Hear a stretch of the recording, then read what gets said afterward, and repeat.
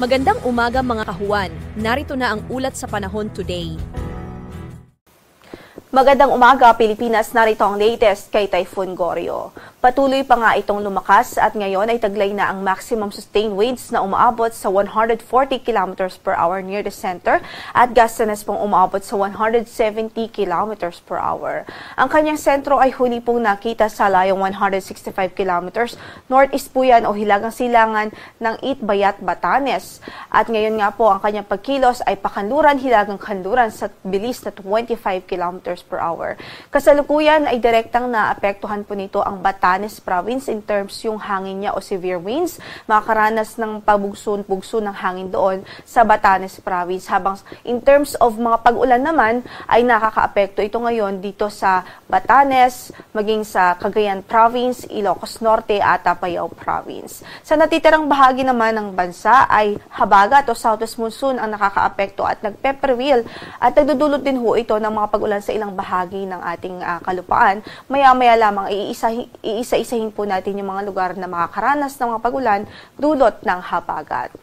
Sa latest na track na ipinalabas po natin ngayong 5 a.m. sa ating bulletin, makikita nga po natin in the next 12 hours, generally ay pahilagang kanluran pa rin ang kanyang magiging direksyon.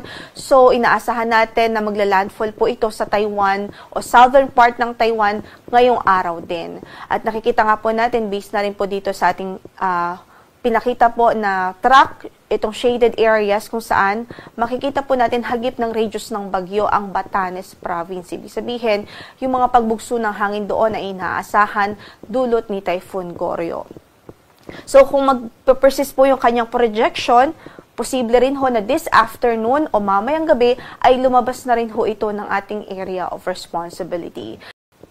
Kaugnay dyan, signal number 2 pa rin ay nakataas sa Itbayat, Batanes o sa municipality ho ng Itbayat doon po sa lalawigan ng Batanes. Habang signal number 1 naman sa natitirang bahagi pa ng Batanes Province. Kaya sa mga kababayan natin doon, patuloy natin silang pinag-iingat, maging alerto po tayo dahil sa lugar na nakataas ng signal number 2, possible ng 62 to 88 km per hour na wind o lakas ng hangin at posibleng magdulot ng minor to moderate threat to life and property. Habang yung nakataas naman ang signal number 1 ay posible ang 39 to 61 km per hour na maximum sustained winds o lakas ng hangin at pwedeng magdulot ng minimal to minor threat to life and property.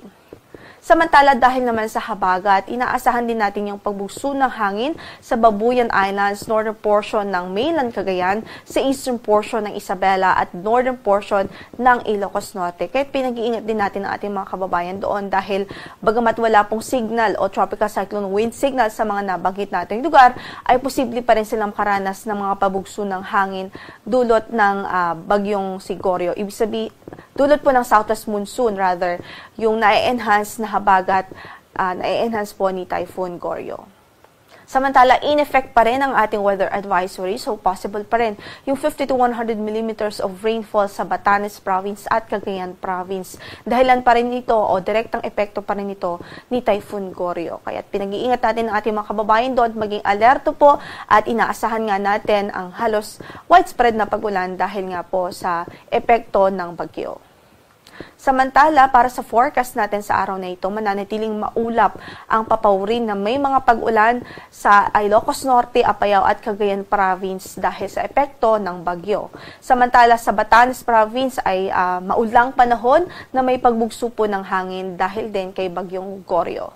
Sa natitirang bahagi naman ng ating bansa, so particular dito sa Mimaropa region, dito po sa Masbate, Albay, Sorsogon at maging sa Camarines Sur at Catanduanes, asahan natin ang maulap na papawrin at mataas pa rin tsansa ng mga pagulan sa halos maghapon dahil sa epekto ng habagat. Samantala sa Metro Manila at natitirang bahagi naman ng bansa ay mga localized thunderstorms po ang pwedeng magdulot ng mga pag-ulan. Anytime of the day po yan. So, posible yung mga 5 minute to 1 hour na buhos ng ulan anytime of the day dahil sa mga pulupulong pagkidlat, pagkulog. Sa temperatura naman natin sa Metro Manila from 25 to 33 degrees Celsius ang inaasahang magiging agwat. Sa Baguio ay 16 to 22 degrees Celsius. Tugigaraw ay 24 to 32 degrees Celsius. Sa Lawag ay 24 to 31 degrees Celsius. Sa Tagaytay ay malamig din from 23 to 32 degrees Celsius at sa Legazpi ay 25 to 33 degrees Celsius. Samantala sa Western Visayas, sa Negros Island Region, Zamboanga Peninsula, maging dito po sa mga region ng Bangsamoro at Soxargen, asahan din natin ang maulap na papawirin at mataas pa rin ang tsansa ng mga pag-ulan at pagkidlat-pagkulog dahil sa epekto ng habagat. Sa natitirang bahagi naman ng Visayas at Mindanao, posible rin ang mga localized thunderstorms. So, paring maging kampante saan man ang lakad natin for today, huwag kong kalimutang magdala ng mga pananggalang sa ulan.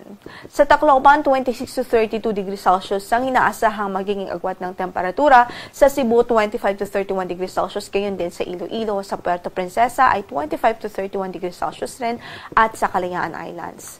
Sa Cagayan de Oro ay 25 to 31 degrees Celsius. Gayon din sa Zamboanga Peninsula o sa Zamboanga City at 25 to 32 degrees Celsius naman sa Davao City.